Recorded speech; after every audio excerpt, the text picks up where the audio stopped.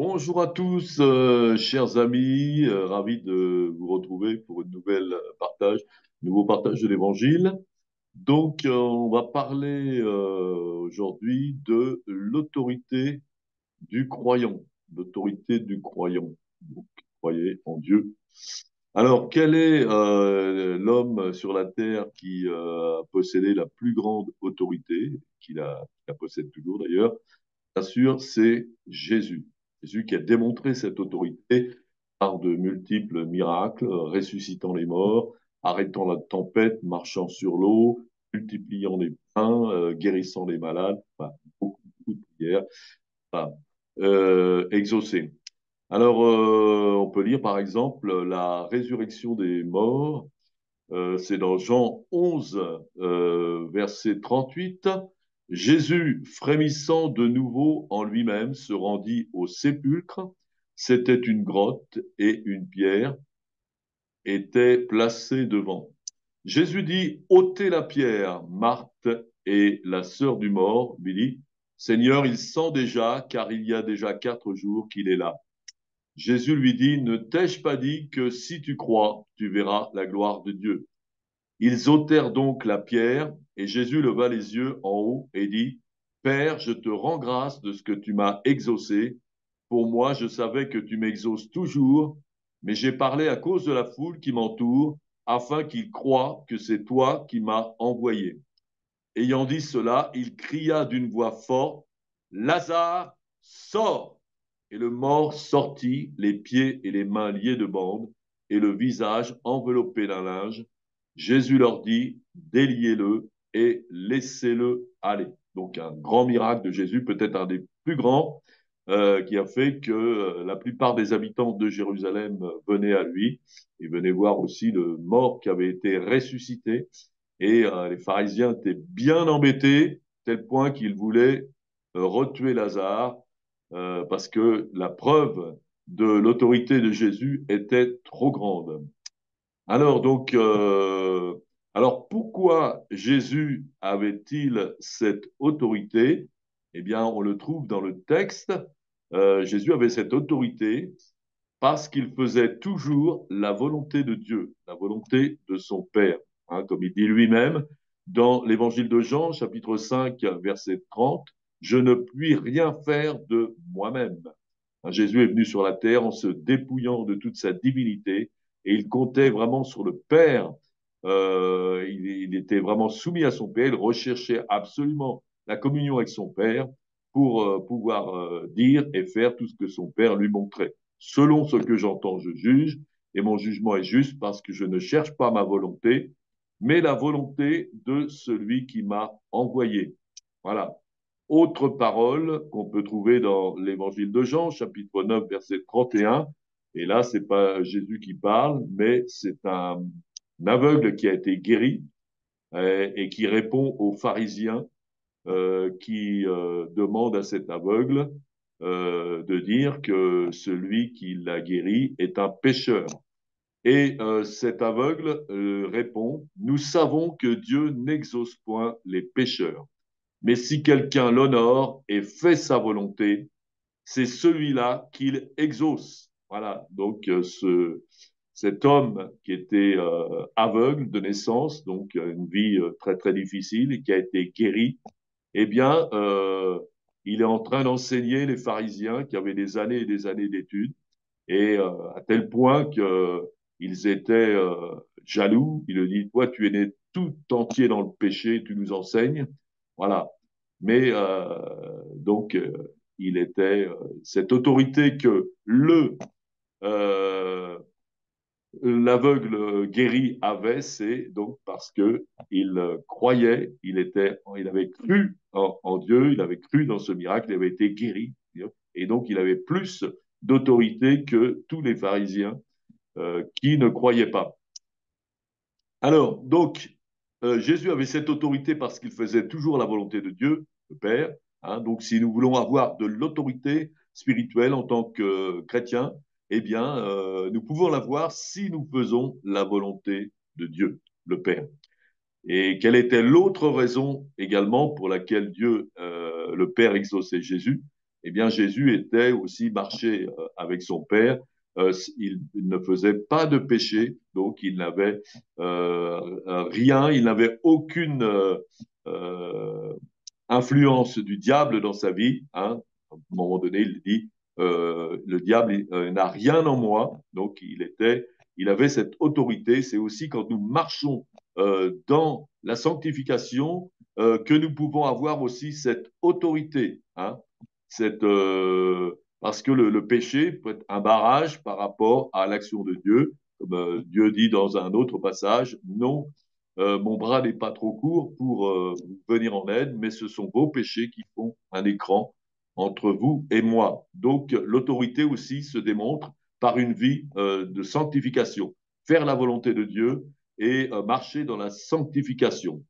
Alors on va lire un passage qui est très important concernant l'autorité de Jésus, l'autorité spirituelle en général. Eh bien, c'est dans Matthieu chapitre 8, verset 5.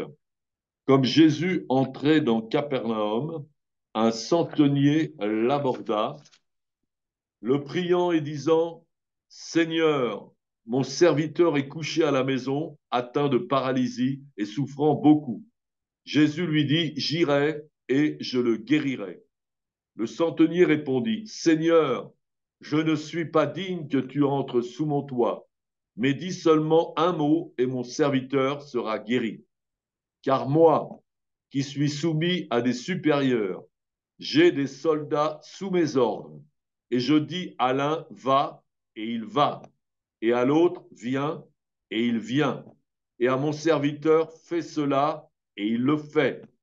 Après l'avoir entendu, Jésus fut dans l'étonnement, et il dit à ceux qui le suivaient, je vous le dis en vérité, même en Israël, je n'ai pas trouvé une aussi grande foi. Or, je vous déclare que plusieurs viendront de l'Orient et de l'Occident et seront à table avec Abraham, Isaac et Jacob dans le royaume des cieux. Mais les fils du royaume seront jetés dans les ténèbres du dehors, où il y aura des pleurs et des grincements de dents. Puis Jésus dit au centenier, va qu'il te soit fait selon ta foi.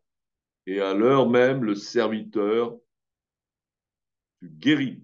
Donc, cet homme a été exaucé, le centenier a été exaucé à cause de sa foi. Hein, et on voit que les fils du royaume parlent, donc la plupart des religieux juifs ne sont pas exaucés parce que justement, ils n'ont pas la foi. Hein, ce que dit aussi la parole de Dieu. Sans la foi, il est impossible de plaire à Dieu.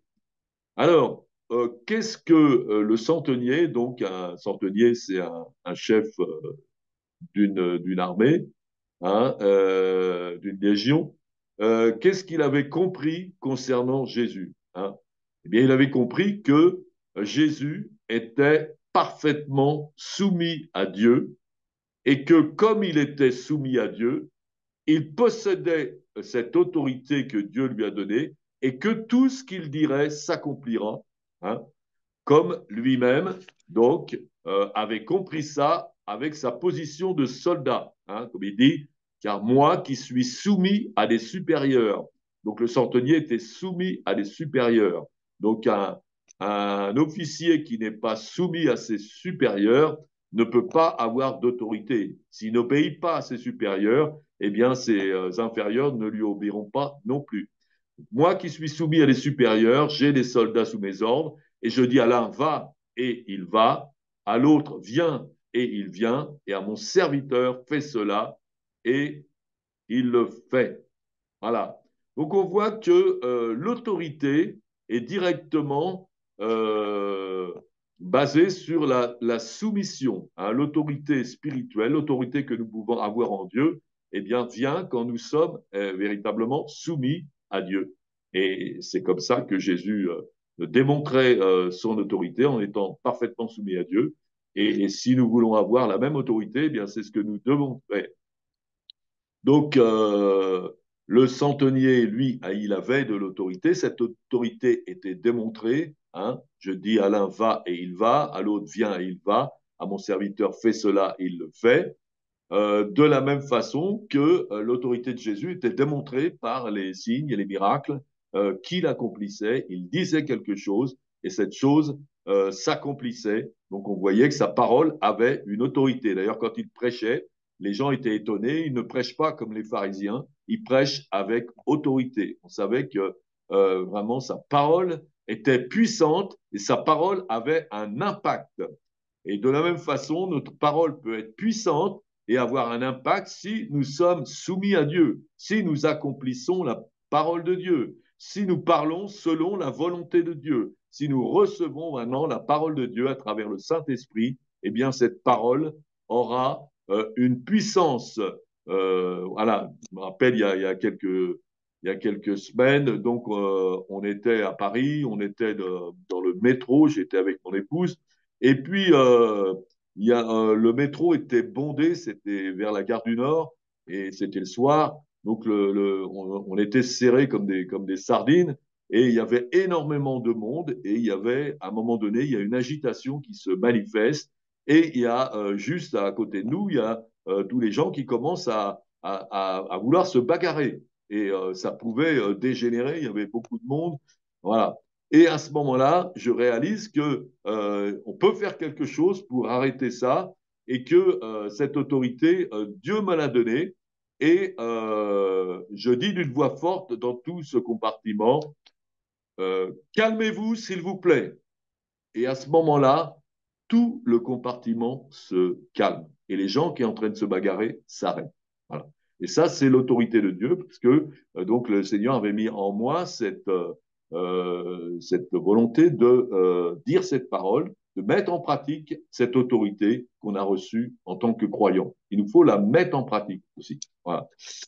Et alors, donc on voit que le centenier, donc il était soumis à ses supérieurs et il avait une autorité sur ses soldats. Et cette autorité reposait sur quoi? Eh bien, elle reposait sur toute la puissance de l'armée romaine. Hein, c'est ça qui donnait cette force. Les gens comprenaient que si on désobéissait aux centeniers, si les soldats désobéissaient aux centeniers, eh bien, ils désobéissaient à l'armée romaine tout entière, donc c'était quelque chose de grave. Hein. Et de la même façon, sur quelle puissance était appuyée l'autorité de Jésus? Bien sur l'autorité, sur la puissance de Dieu tout entière, la puissance de Dieu qui a créé le ciel et la terre et l'univers, pas de puissance plus grande. Voilà. Et donc, alors, on va lire juste maintenant Matthieu chapitre 8, versets 10 à 13, juste la dernière partie du texte qu'on a lu tout à l'heure. Je vous le dis en vérité, même en Israël, je n'ai pas trouvé une aussi grande foi. Or, je vous déclare que plusieurs viendront de l'Orient, de l'Occident, seront à table avec Abraham, Isaac et Jacob dans le royaume des cieux, mais les fils du royaume seront jetés dans les ténèbres du dehors, où il y aura des pleurs et des grincements de dents. Puis Jésus dit au centenier, va, qu'il te soit fait selon ta foi. Et à l'heure même, le serviteur fut guéri. Voilà. Donc, qu'est-ce que croyait le centenier? Eh bien, le centenier croyait que Jésus était soumis à Dieu. Il avait cette révélation que Jésus était bien un envoyé de Dieu et qu'il obéissait à Dieu. Il croyait donc qu'il était envoyé par lui, chose que ne croyaient pas les pharisiens. Hein.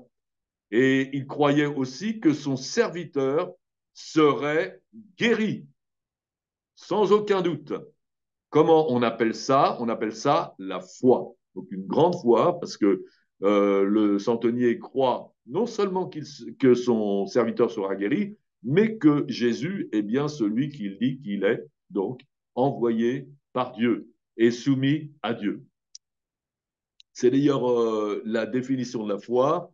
Dans Romains 10, 17, on dit la foi vient de ce qu'on entend et ce qu'on entend vient de la parole de Christ. Voilà.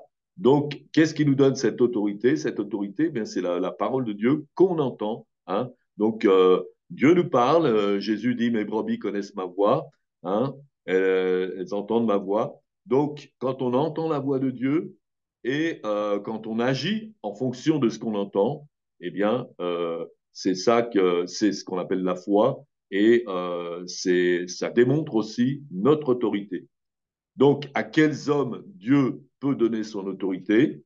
Bon, évidemment, à ceux qui croient en Dieu aussi et qui croient dans Jésus, celui qu'il a envoyé, le Fils de Dieu. Hein, c'est ce que nous dit 1 Jean 2, 23. Quiconque nie le Fils n'a pas non plus le Père. Quiconque confesse le Fils a aussi le Père. Donc l'autorité est donnée à celui qui confesse le Fils. Hein. Donc de la même façon, Dieu, c'est l'autorité supérieure. Ensuite, le Fils est là, la terre. Mais si les hommes veulent avoir cette autorité maintenant, eh bien, il faut qu'ils confessent le Fils. Voilà. Est-ce que, par exemple, un musulman peut avoir l'autorité de Dieu? Absolument pas, puisque musulman nie que Jésus est le Fils de Dieu. Donc, c'est pour ça qu'il a eu aucune autorité. Voilà. Quiconque nie le Fils n'a pas non plus le Père. Quiconque confesse le Fils a aussi le Père. Donc, croire en Dieu, c'est confesser le Fils de Dieu. Hein. Et alors, pourtant, on pourrait dire, dans certains pays, les musulmans sont parfois moins nombreux que les chrétiens, mais ils font la loi. Alors, comment ça se fait si ils n'ont pas cette autorité de Dieu? Est-ce qu'il y a une autorité plus puissante que Dieu? Hein, d'où leur vient cette puissance?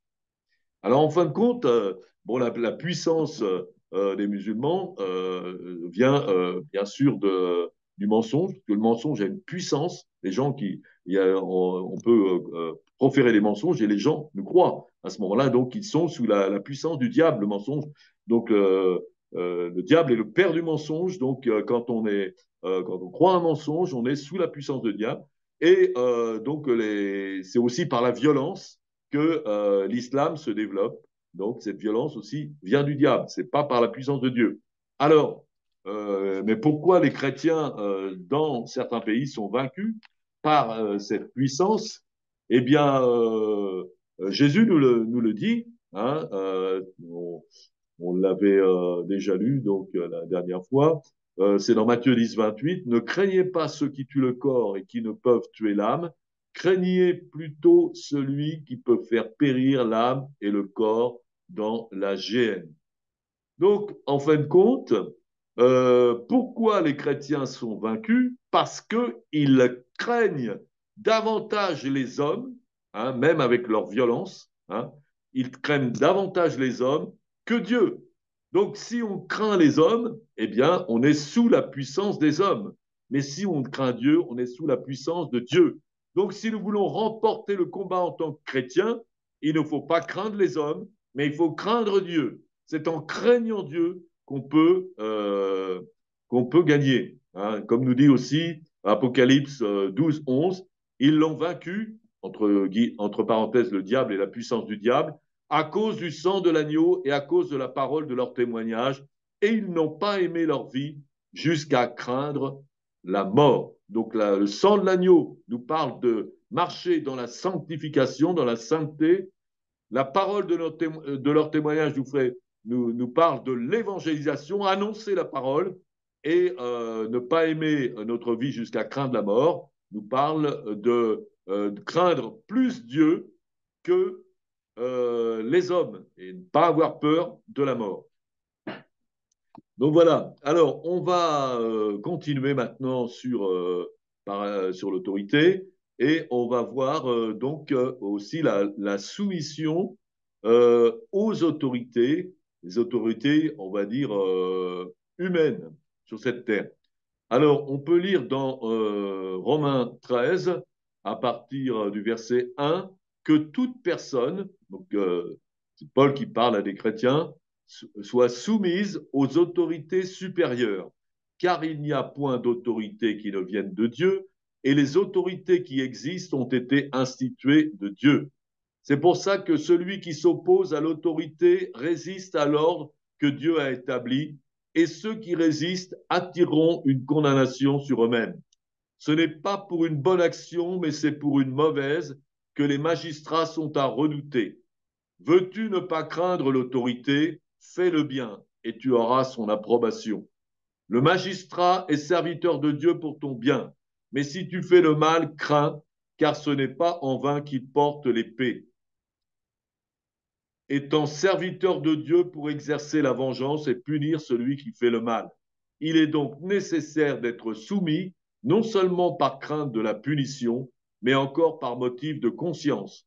C'est aussi pour cela que vous payez les impôts, car les magistrats sont des ministres de Dieu entièrement appliqués à cette fonction.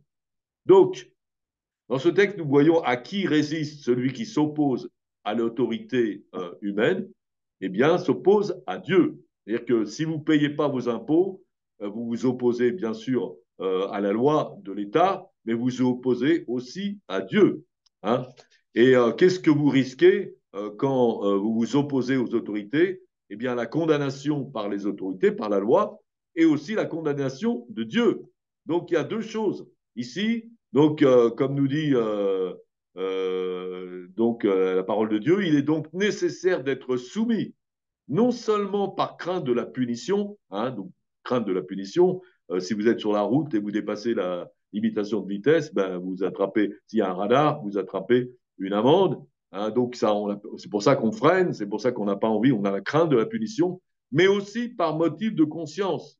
On a conscience qu'en violant la loi, eh bien, nous désobéissons aussi à Dieu. Donc, il y a un motif de conscience. C'est un péché, en fin de compte. Hein. Et voilà, en tant que chrétiens, eh bien, nous devons être soumis à la loi. On va voir dans quelles conditions, bien sûr. Voilà. Et donc, c'est très important d'être soumis. Moi-même, j'ai été professeur de maths dans le collège pendant une grande partie de ma carrière. Et puis, une année, j'ai eu beaucoup de problèmes dans ma classe, non seulement avec les élèves, enfin, et je me demandais ce qui se passait. Mais en fin de compte, cette année-là, on avait une dame qui était principale, avec laquelle je m'entendais pas du tout, et j'étais un petit peu révolté contre sa façon de faire. Bon, peut-être à juste titre, mais donc cette révolte, mon attitude finalement, eh bien, a fait que je n'étais pas soumis à cette dame et que à ce moment-là, les élèves n'étaient pas soumis à moi. Donc il y avait aussi, et là j'ai compris ça au bout d'un moment et j'ai rectifié le tir. Donc notre attitude envers les autorités, entre chrétiens, quelles que soient les autorités, là, dans votre travail, peut-être aussi dans la famille, on va voir, ça peut être aussi d'une manière politique aussi, donc pour les juges, les magistrats, etc. Donc notre attitude, eh bien, ça doit être le respect. On doit avoir du respect, même si on n'est pas d'accord avec eux. Donc c'est une question d'attitude, le respect. Hein, comme il nous est dit dans Romains 13, 7, rendez à tous ce qui leur est dû, l'impôt à qui vous devez l'impôt, le tribut à qui vous devez le tribut, la crainte à qui vous devez la crainte, l'honneur à qui vous devez l'honneur. Ça, c'est pour des autorités humaines. Nous devons avoir un respect quand on voit, par exemple, tout ce qui se passe des fois, ou des gens qui se permettent de donner une claque au président de la République. Je veux dire, on est dans un monde de fous. Et évidemment, il n'y a pas l'approbation de Dieu dans tout ça. Et on peut voir aussi, même quelquefois, on voit des chrétiens qui traitent le président de tous les noms. Et bon, et ben, je veux dire, ça, non seulement donc vous ne respectez pas l'autorité humaine, mais vous ne respectez pas Dieu non plus, puisque cette autorité est donnée par Dieu. Et Pierre nous dit d'ailleurs, honorez tout le monde, aimez les frères, craignez Dieu, honorez le roi.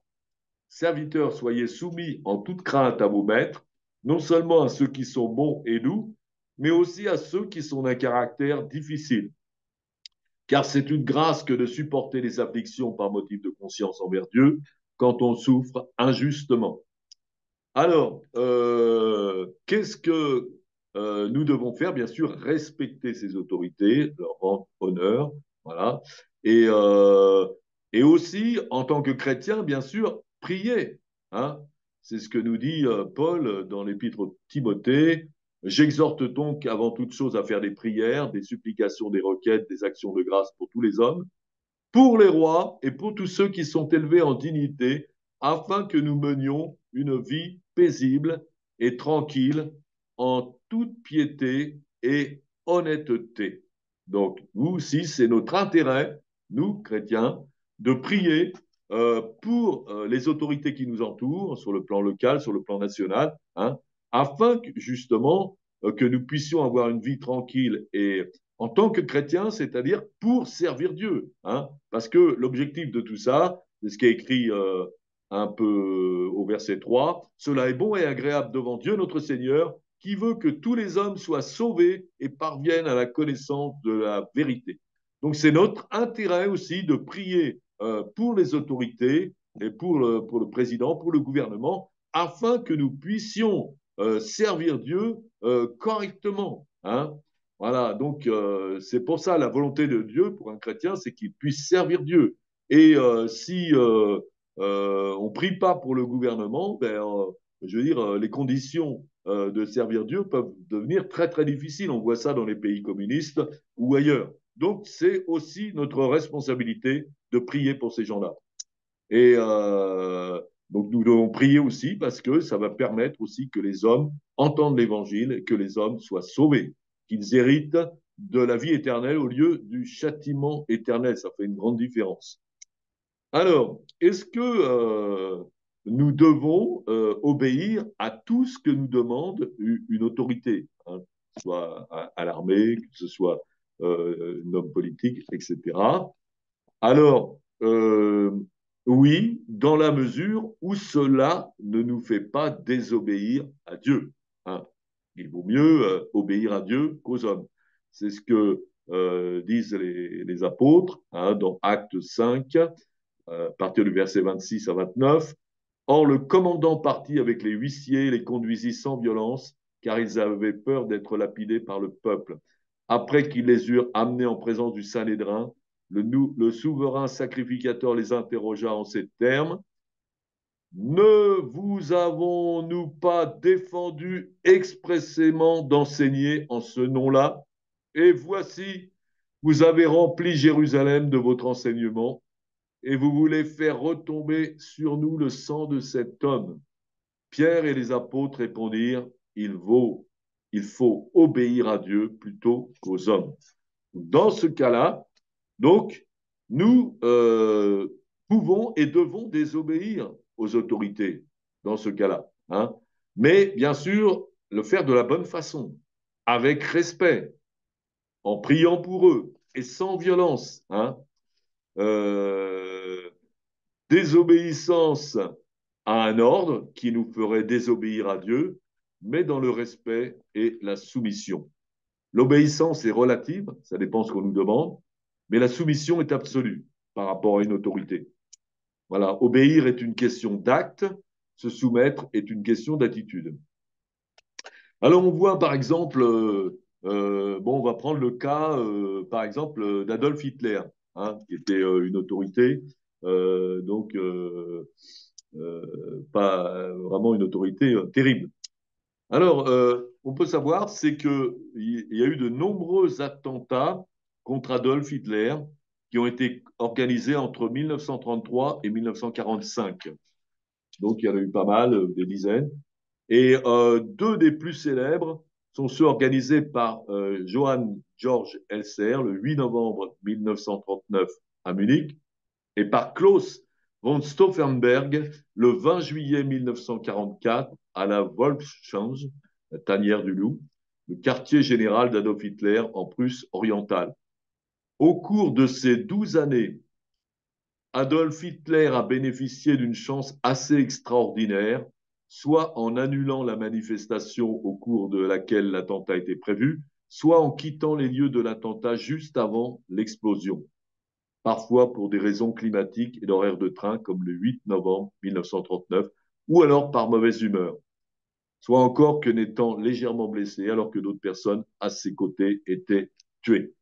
Donc on voit que, d'une certaine manière, tous ceux qui ont résisté à Hitler par la violence, eh bien, ont été désapprouvés. Hitler croyait lui-même qu'il était protégé par Dieu et sous la providence. Hein. Mais en fin de compte, Dieu n'a pas permis qu'il soit tué de cette manière.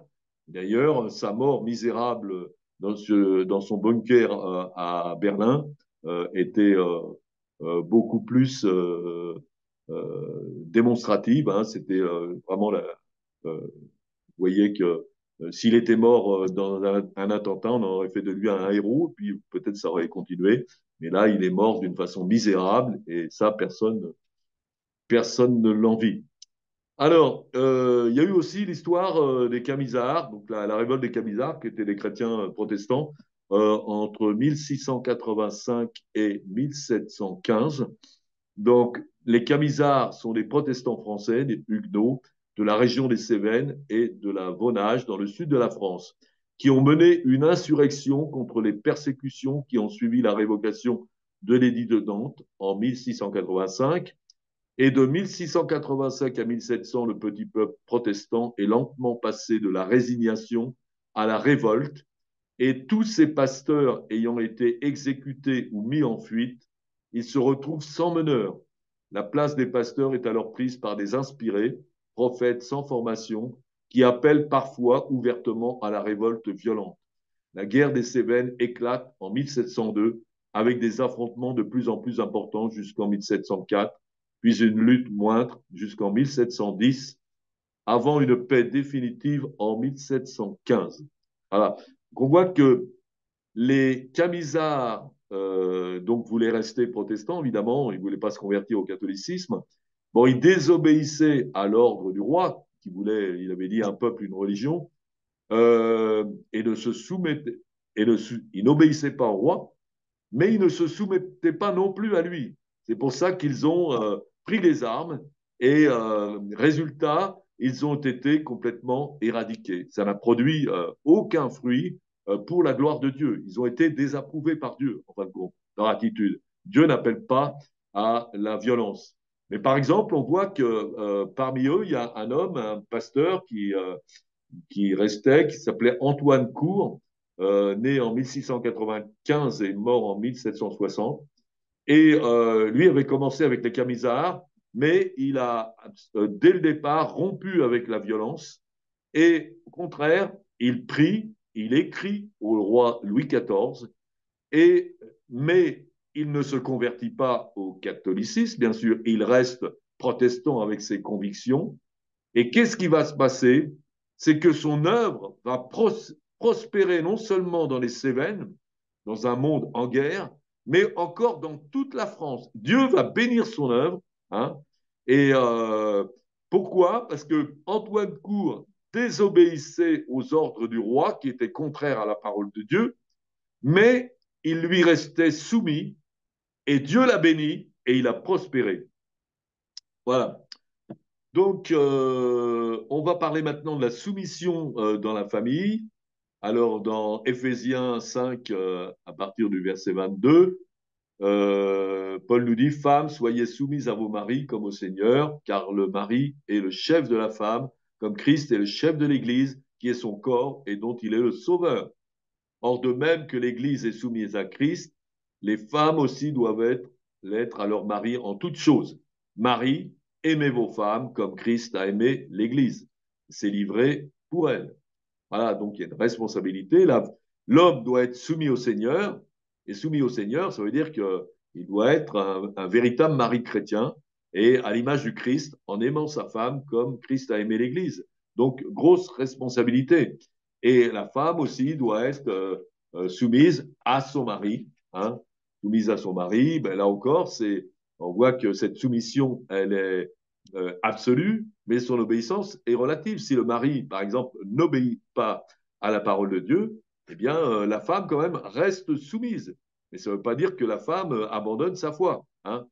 C'est ce qu'on peut lire dans 1 Pierre 3, 1. Femmes, soyez de même soumises à vos maris, afin que si quelques-uns n'obéissent point à la parole, ils soient gagnés sans parole par la conduite de leurs femmes, en voyant votre manière de vivre chaste et réservée. Ayez non cette parure extérieure qui consiste dans les cheveux tressés, les ornements d'or ou les habits qu'on revêt, mais la parure intérieure est cachée dans le cœur, la pureté incorruptible d'un esprit doux et paisible qui est d'un grand prix devant Dieu. Ainsi se paraient autrefois les saintes femmes qui espéraient en Dieu, soumises à leur mari, comme Sarah qui obéissait à Abraham et l'appelait son Seigneur. C'est d'elle que vous êtes devenues les filles en faisant ce qui est bien, sans vous laisser troubler par aucune crainte. Marie, montrez à votre tour de la sagesse dans vos rapports avec vos femmes, comme avec un sexe plus faible. Honorez-les comme vous devez aussi hériter, elles doivent hériter aussi avec vous de la grâce de la vie. Qu'il en soit ainsi afin que rien ne vienne faire obstacle à vos prières. Donc c'est ça aussi l'enjeu dans un couple. Quand il n'y a pas d'entente, eh bien il n'y a pas. Dieu ne donne pas son autorité. Il n'y a pas d'exaucement de prière. Donc c'est capital pour un couple de chrétiens de s'entendre et de respecter la parole de Dieu, c'est-à-dire que le mari s'est soumis au Seigneur et la femme se soumet à son mari. C'est dans ce cas-là que vraiment Dieu peut accorder sa bénédiction et donner l'exaucement des prières. Le reste peut bloquer les prières. Voilà. Donc, alors, de quelle façon la femme doit être soumise à son mari?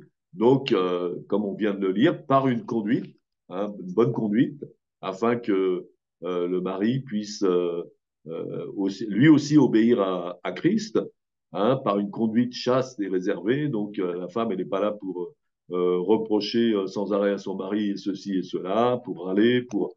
Non, elle se soumet et c'est la mesure où elle se soumet que le mari pourra changer. Donc, par une parure intérieure et cachée, la pureté d'un esprit doux et paisible. Voilà. Donc, si le mari n'est pas soumis au Seigneur, est-ce que la femme doit se soumettre? Oui, dans l'attitude, bien sûr, mais pas forcément lui obéir si ses ordres sont contre la parole de Dieu, bien entendu. Position difficile, voilà, mais qui donnera à la femme la victoire. Et bon, il y a cet exemple aussi, donc dans une église en Afrique du Sud, chez les Zoulous, c'était une femme qui était chrétienne, qui allait à l'église, et puis le mari n'y allait pas, le mari était un ivrogne, enfin, c'est un peu n'importe quoi.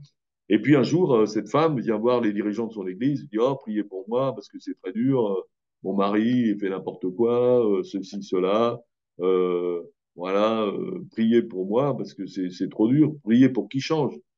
Et puis les responsables de l'Église, ben non, on va pas prier pour lui, madame, on va prier pour vous. Ah bon, ben pourquoi? Ben pour que vous puissiez faire la volonté de Dieu. Ah bon, ben c'est quoi la volonté de Dieu? Ben je veux dire, c'est votre mari. Vous devez le respecter. Au lieu de l'attraper chaque fois qu'il revient un peu ivre, eh bien vous allez être à ses petits soins, vous allez lui faire un bon repas, vous allez l'entourer et tout ça, et vous allez voir, il va se passer quelque chose. Et effectivement, donc la femme a changé d'attitude et toute la semaine, chaque fois qu'il arrivait, elle recevait bien, elle lui faisait un petit repas, tout ça. Et puis, au bout d'un moment, le mari dit, qu'est-ce qui se passe? Ma femme, elle a complètement changé là. Qu'est-ce qui se passe dans leur église? Je vais aller voir ce qui se passe là-bas. Et le mari a été à l'église et c'est là qu'il s'est converti à Jésus. Hein. Donc, en fin de compte, son attitude a eu beaucoup plus de puissance que toutes ces paroles qu'elle pouvait dire pour râler et pour lui donner des ordres. Voilà. Donc, la responsabilité du chrétien, comme on l'a dit, c'est d'aimer sa femme comme Christ a aimé l'Église, de se livrer pour elle, se sacrifier, hein, donc la protéger aussi. Donc, c'est important, l'instruire, l'édifier, etc. Voilà. Donc, on lit par exemple dans 1 Pierre 3, 7. Marie, montrez à votre tour de la sagesse dans vos rapports avec votre femme, comme un sexe plus faible. Honorez-les comme devant aussi hériter avec vous de la grâce de la vie, qu'il en soit ainsi, afin que rien ne vienne faire obstacle à vos prières, comme on l'a dit tout à l'heure. Voilà, pour les enfants, c'est la même chose. Enfants, obéissez à vos parents selon le Seigneur, comme cela est juste. Honore ton père et ta mère, c'est le premier commandement avec une promesse, afin que tu sois heureux, que tu vives longtemps sur la terre. Et vous, père, n'irritez pas vos enfants, mais élevez-les en les corrigeant, en les instruisant sous le Seigneur. Donc la responsabilité des enfants, eh bien, c'est d'obéir à leurs parents, d'honorer leur père et leur mère. Et la responsabilité des parents, c'est de corriger les enfants, mais de le faire sans colère, sans les irriter, hein. Et alors, c'est difficile maintenant parce que les lois françaises, maintenant, vous n'avez plus le droit de donner une fessée à votre enfant et tout.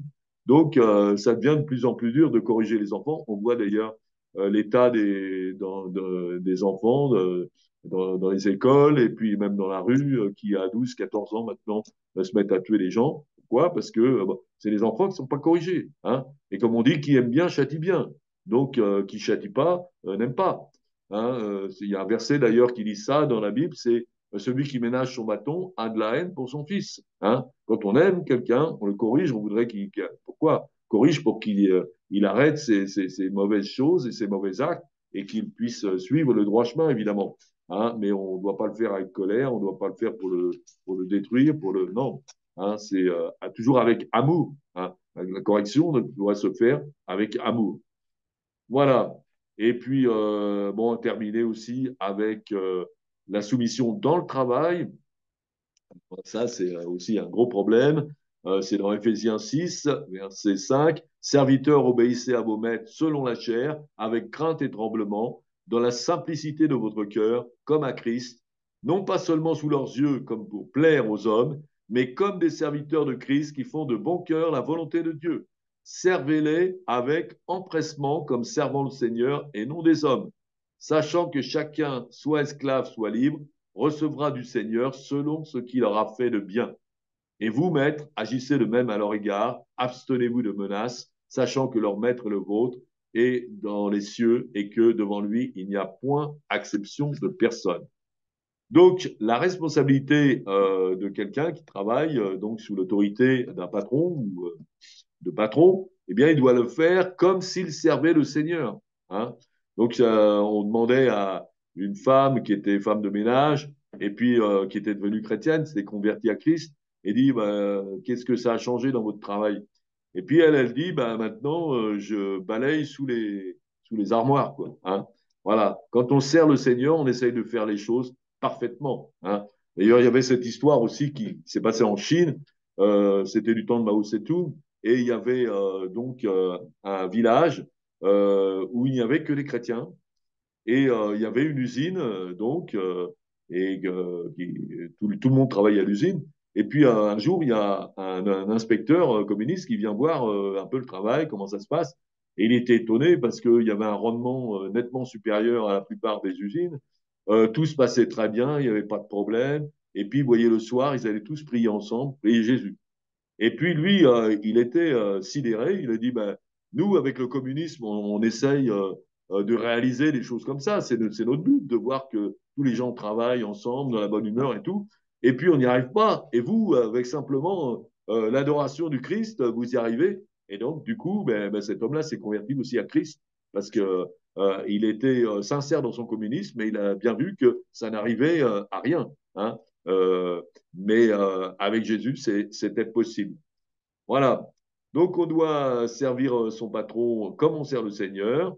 Et on doit aussi prier pour ses patrons, hein, cette autorité, et pour les gagner aussi à Christ. Hein, un patron qui est croyant en Christ et qui est un vrai chrétien, eh bien, il va mettre une très, très bonne ambiance dans l'usine. Hein. Moi, j'ai mon fils qui travaille avec dans une entreprise où ils sont tous chrétiens là-dedans. Et puis le matin, ils prient ensemble et tout. Il y a un excellent climat. Et puis le travail se fait bien, il n'y a pas de problème. Voilà. Et le patron aussi a une responsabilité. Hein, il doit servir ses ouvriers en les respectant. Voilà, il y a tout ce passage dans Jacques qui dit voilà, malheur à vous, les riches, parce que vous avez spolié les ouvriers qui travaillent chez vous. Voilà, donc il y a aussi, effectivement, mais je veux dire, c'est pas dans la violence. Je veux dire, bon, on fait souvent des grèves, une espèce de rapport de force, et souvent ça ne donne rien. Mais si tout le monde avait une attitude chrétienne, prier pour son patron et tout, eh bien, il y aurait une justice sociale bien plus grande dans le pays. Voilà. Donc voilà l'autorité. Bon, il y a encore des tas de choses à dire. On aurait pu parler de l'autorité dans l'Église, mais ça a encore un autre problème. Voilà. Eh bien, merci beaucoup d'avoir écouté. Le Seigneur vous bénisse et je vous dis donc à la prochaine. Au revoir.